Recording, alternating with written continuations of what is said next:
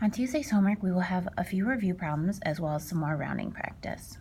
Number 1 says, what is another way of expressing 5 times 12? Hint, think about the distributive property.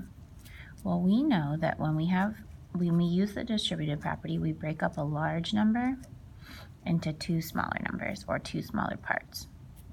Then we use parentheses to add the parts that we're going to multiply. Distributive property helps us make an expression like this a little bit easier to solve. My 5 doesn't change. However, now I have 10 and 2. I look and see what matches. Well, we know that we wouldn't just add 5 to a multiplication expression, and we wouldn't just add 2.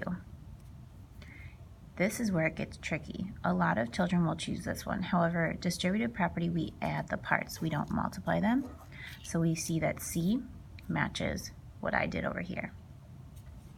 Again, rounding 454 to the nearest 10. Your child can draw a rounding mountain or simply circle the place we're rounding to, underline the place next door. If it's less than 5, we know that we round down. So 54 to the nearest 50 would, or to the nearest 10, excuse me, would be 50. 454 is about 450. Solve 16 times 5 by using the distributive property. Again, this is what we did up here. So I love to count by tens. So I would break 16 into 10 and 6. We draw our parentheses,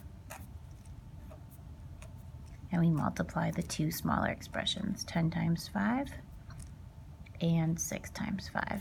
And we find the overall product by adding the two parts. A group of 48, we always circle the numbers. 3rd grade students go on a field trip.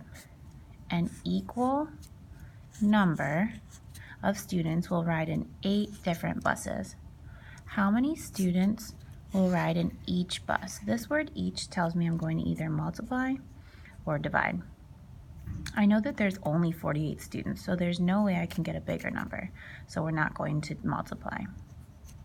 That leaves division. Students can either count by 8s until they get to 48, or draw 8 circles or 8 buses and count 1 in each until they get to 48 to find how many students will ride in each bus. Which expression could be used to find the value of 439 plus 267? I see here when I pull out the hundreds, the tens, and the ones, that's expanded form, a 2nd grade skill. So I'm going to label HTO, HTO. Right away, I know that this would not give me the same answer as adding 2 3-digit numbers. I also know that I don't have any hundreds here, so that can't be right. Here, we start off correctly, 400 plus 200. However, the 6 in the tens place does not stand for 6 ones. So we see that it would be D, hundreds, tens, and ones. Zakaya uses 16 eggs to make cupcakes. She uses 4 eggs for each pan of cupcakes. I don't know how many pans she has, so I'm going to solve that first. 16 eggs, and she's splitting them 4 eggs in each. I count by 4 times to get to 16. Now I can keep going. Each pan makes 6 cupcakes. I have 4 pans, and I know that each pan makes 6, so I do 4 times 6 to find the answer. Now it says write an equation using T, so I would need to write 4 times 6 equals T.